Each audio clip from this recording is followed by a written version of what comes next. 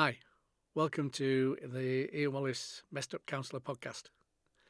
Today I'd like to look at do you ever feel that you're invisible? Sometimes I do when people walk into me, which is quite a strange process. That aspect of feeling invisible, I think to some extent has always been there. I can remember times when I don't get served at counters. People overlook me. People push past me in a queue. Those kind of things, which I don't think are unusual. I think it's been the same all the way through. But I think nowadays it's slightly different. I think we've still got that. That still happens. People don't serve me in a bar and I'm sat there or I'm at a table waiting to pay my bill and nobody comes anywhere near me, which is very frustrating, obviously. More so if I've got not much time, you know. But those things still happen to me. But I think nowadays we're more engaged with media. We're all more engaged with our phones, or we have headphones on. We're connecting to some kind of insular process, and I think that more and more we do something as human beings, the more we get used to being in our own enclosed space. And I think that has some kind of influence on this seemingly being invisible process that I want to talk about. I think human beings tend to be social animals. We tend to want to socialise, to be in groups, or we have done. I think after certainly this last 5, 6, 7 years, where technology has become increasingly more sophisticated and more available. It's cheaper to have these things nowadays. But the more smaller, the more compact, the more easily put into pockets and things. So they're not the same kind of thing that I was brought up with technology. Yeah, mobile phones. If you've ever seen a kind of a session of the kind of fools and horses kind of process, mobile phones used to be a brick, literally. That was the kind of thing we grew up with. You know, this brand new technology is as big as a house brick and as heavy as a house brick, to be fair. And not that I ever had one, I couldn't afford them. So that process means that we're becoming more and more engaging with electronic things, ideas, and getting our input from that, and less input from socialising, less input from verbalising, from communicating, from talking. That, I think, has snowballed, I say, over the last 6, 7 years, much more than it ever used to be. And in some senses, I think because we're more engaged in that insular world, we're less able to understand our environment around us or even think about our environment around us. We're engaged with the task that we're doing. We're focusing in on listening to a podcast like this. Maybe I'm adding to the problem. Listening to a podcast like this. And that process means that we're less able to look around us and see the wider aspect of the world around us. It's not uncommon now when I go into a restaurant and watch. Being a counsellor, I think we're nosy people, personally. I think I'm nosy, you know, and I think that's why I enjoy being a counsellor, part of it anyhow. Other part is to help people, obviously. But we're nosy. We ask questions, we want to know, we kind of find out, we have conversations to do so. So when I'm engaged in having a meal in a restaurant, I will people watch. I like people watching. I'll sit with a coffee, just a cafe, people watching. It's interesting. But more and more so now, I'm finding, and it happened the other week, I was in a restaurant, just a normal restaurant, having some meal with a friend, and I'm looking around, and a family comes in, two adults, two young children, teenage kind of young adults, and all of four of them every point where they were doing something, i.e. eating or choosing food, they were on their phones. And they were in a group of four. They were on a normal table. And none of them, as far as I could tell when I was people watching, interacted with each other. They all interacted through their phone. And they only put their phone down when the food came. When they'd finished their food, each of them individually picked up their mobile phone again. And that made me think about this podcast today.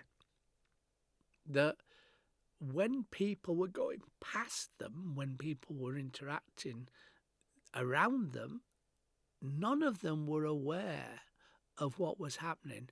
They were all keyed into this screen, this mobile phone, or this kind of pad, whatever it was. And even younger people now have pads which keep them entertained while things are occurring. But it kind of removes that aspect of socialising, of communicating, of being connected to other people. And the more we do that, my wondering is, do we then not become aware of the things around us?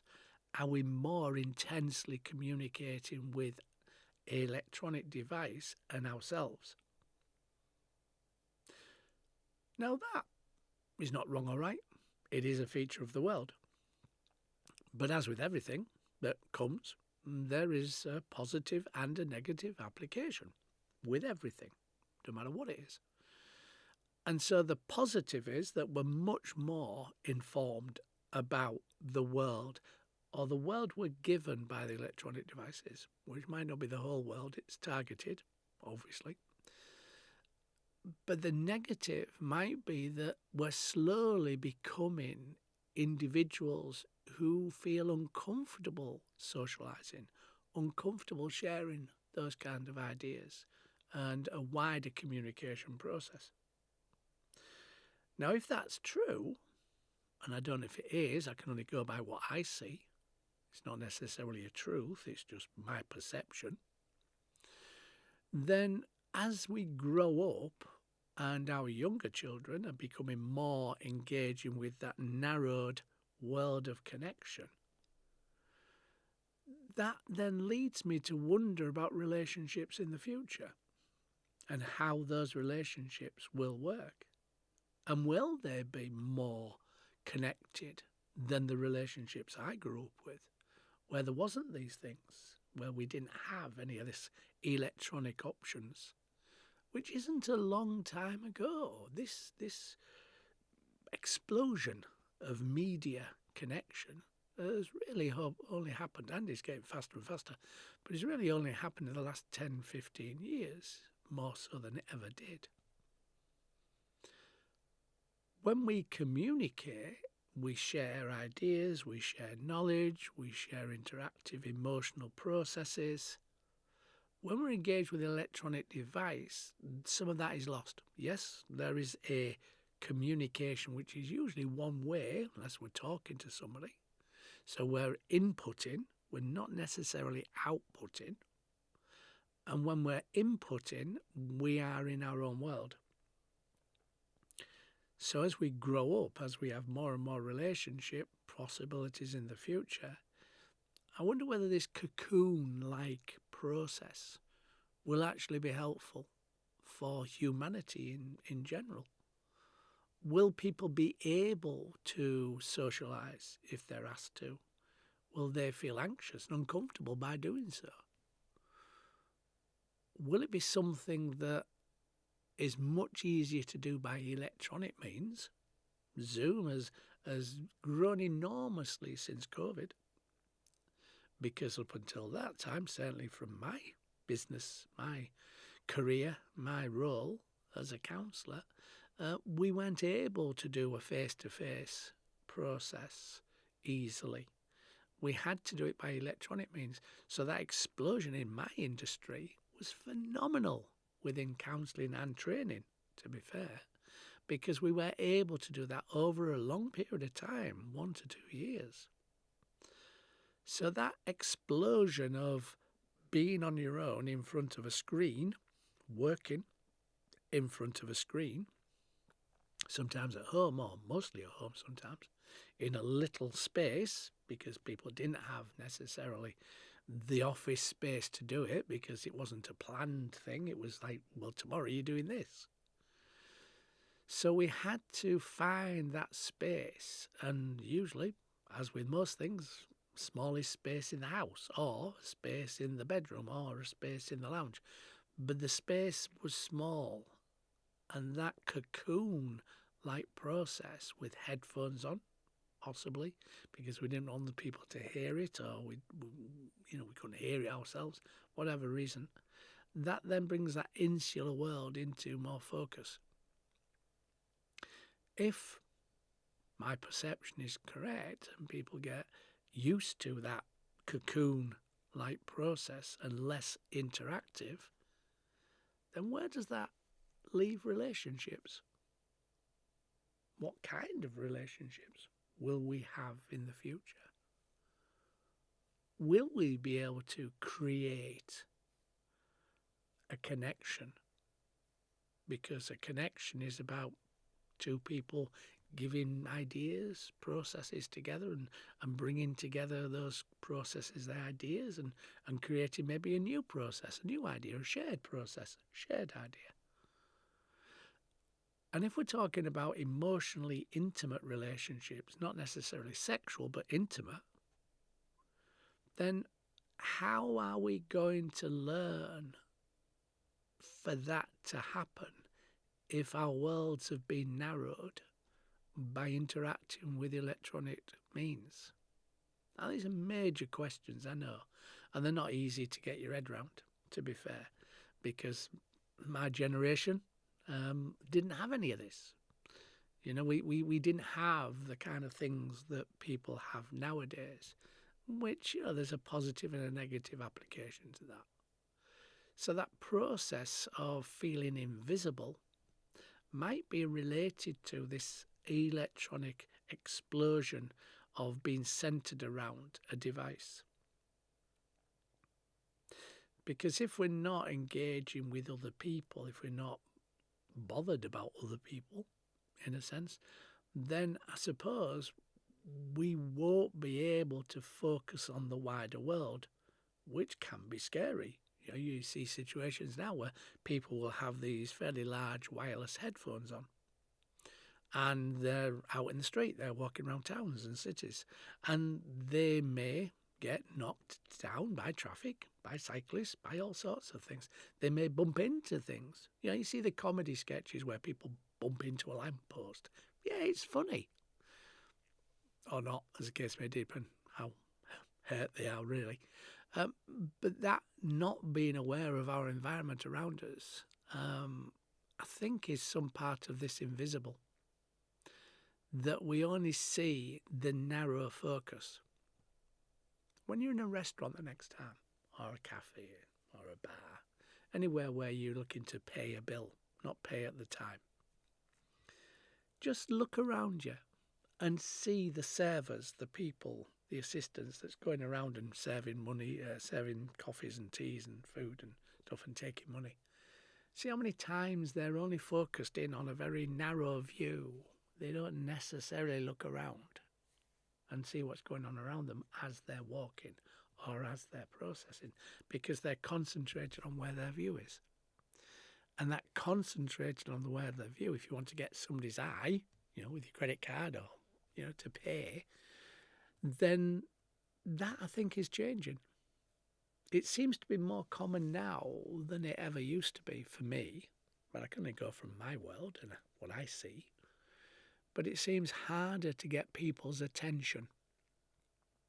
Now, if that's true, if this narrowing of this cocoon-like process is happening, then will we in the future not have people to pay?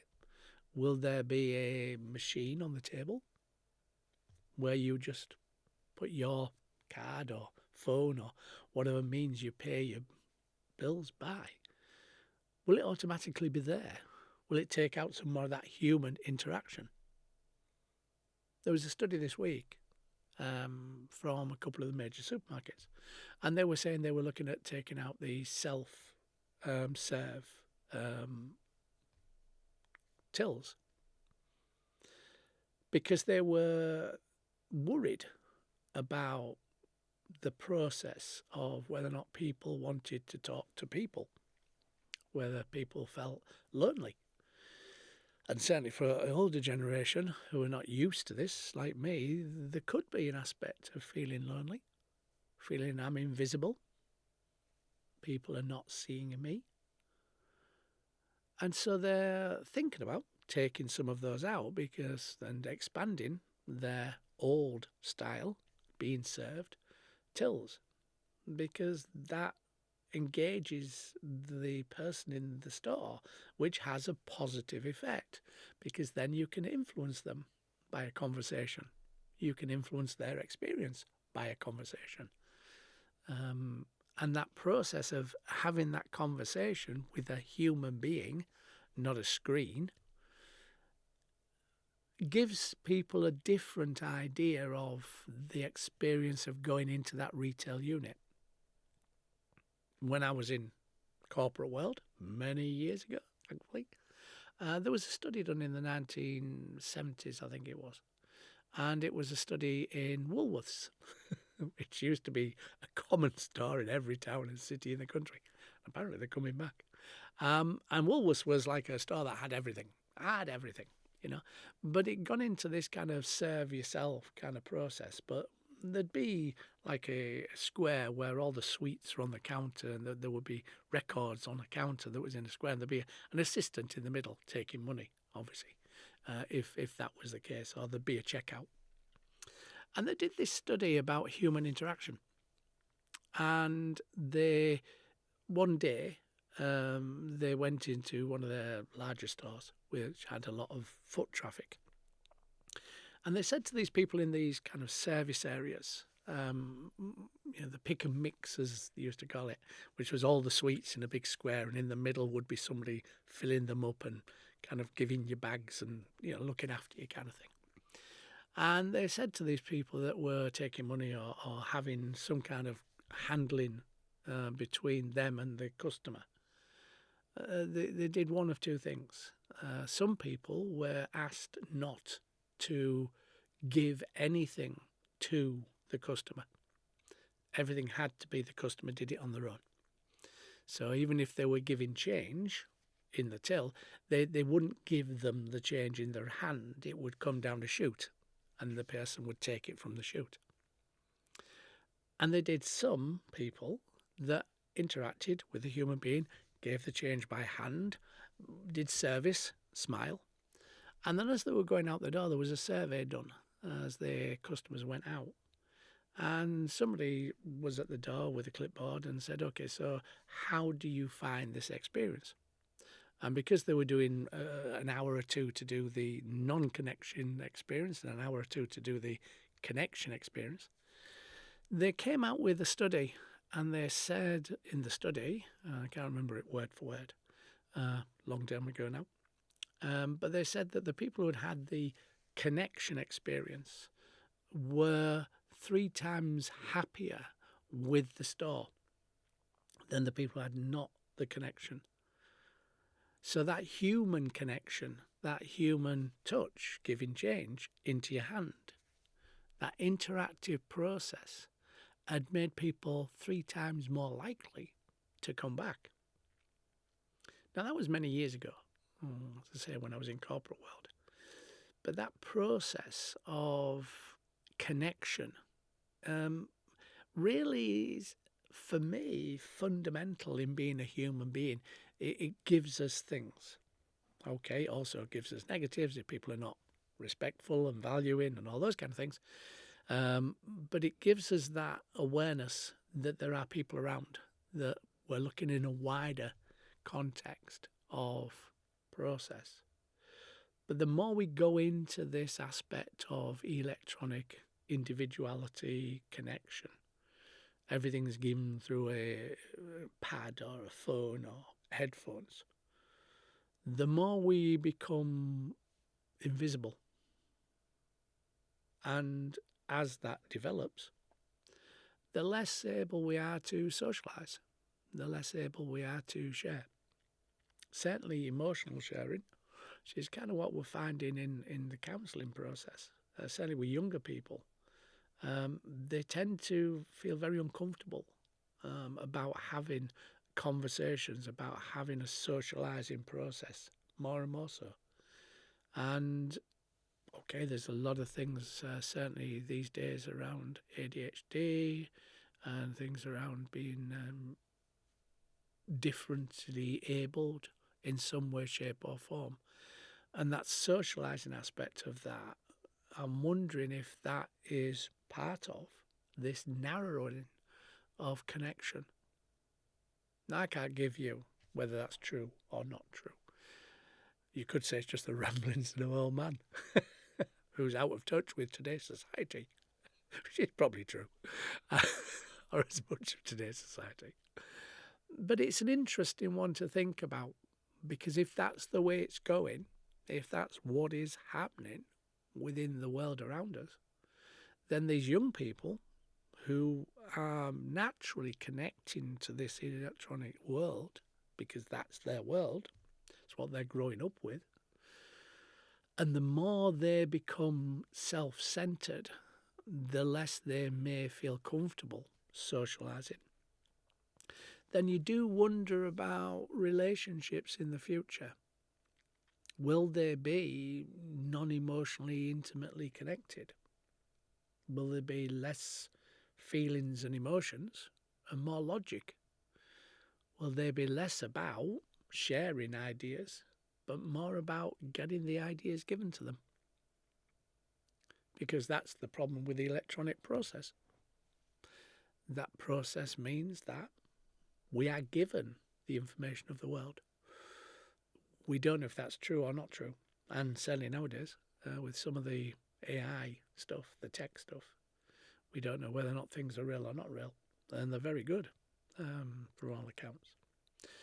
So that process of receiving information from an electronic means we could find that our input, our knowledge, our awareness being controlled by AI is leading us more down that path of cocooned, internalized process. And then do we believe it? Because obviously it can be doctored nowadays enormously to understand, is it real or is it made up or is it part of a film? There's a whole range of things nowadays which most people can actually do on their own. They don't need a big production studio. They can just do it on their tablet, their phone, their laptop. So when we're looking at that being invisible, it could be that all this is bringing that to some kind of point of time when there'll be less and less relationships of humankind and more of that electronic relationship. And that will have good and bad applications, the same as anything, positive and negative, as all things do. So you need to find out how to make yourself more visible. Because if you're feeling invisible, then you need to find out how to make yourself more visible. So you can do that in a number of different ways. You can stand up to get your bill and wave your card in front of people's faces. That might make you more visible. You can have a conversation with the person serving you, which will give you a human connection. They're more likely to remember you. They're more likely to recognize you. So if you have that process of feeling invisible, then try to communicate, try to reach out, try to get a connection, because that will help. It might not make it completely okay, but it'll give you a better connection with the process. We remember more with people we have conversations or shared input around.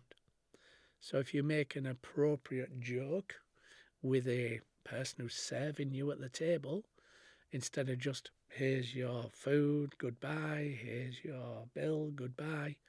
You know, then you can start building that relationship, and you can buck the trend, because the more you do that, the more you'll feel comfortable doing that.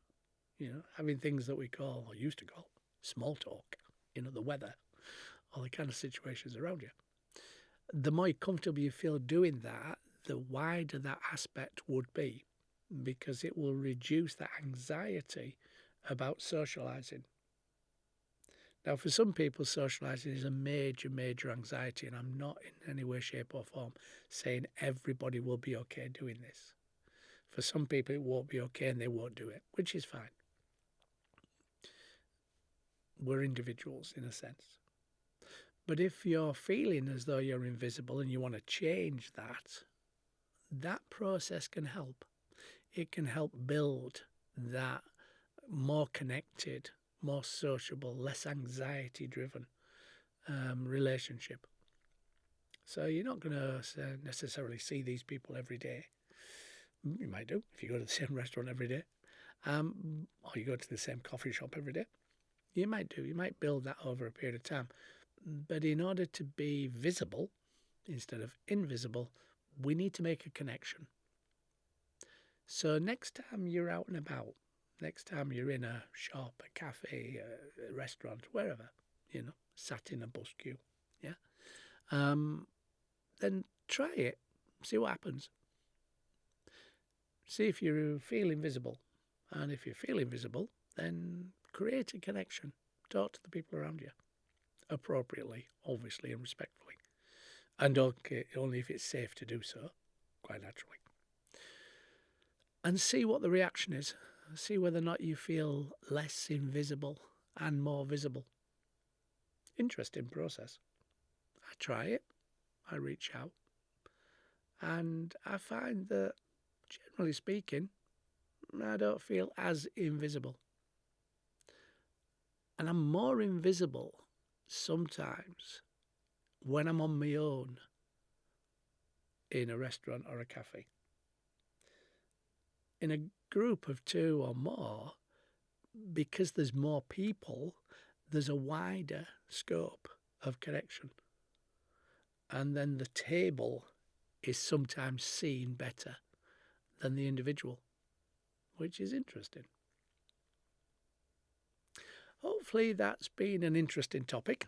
Hopefully you've enjoyed it. Maybe given you ideas and stimulated ideas to think about. And all these podcasts are not how to live your world.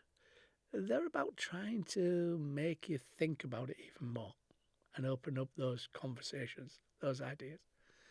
But if you found it interesting, please like and share, which helps not just me getting my voice out there, but it helps people around you who might be finding some of these things awkward, uncomfortable, which they don't talk to you about, they don't tell you about, but it might help them to understand their world a bit more.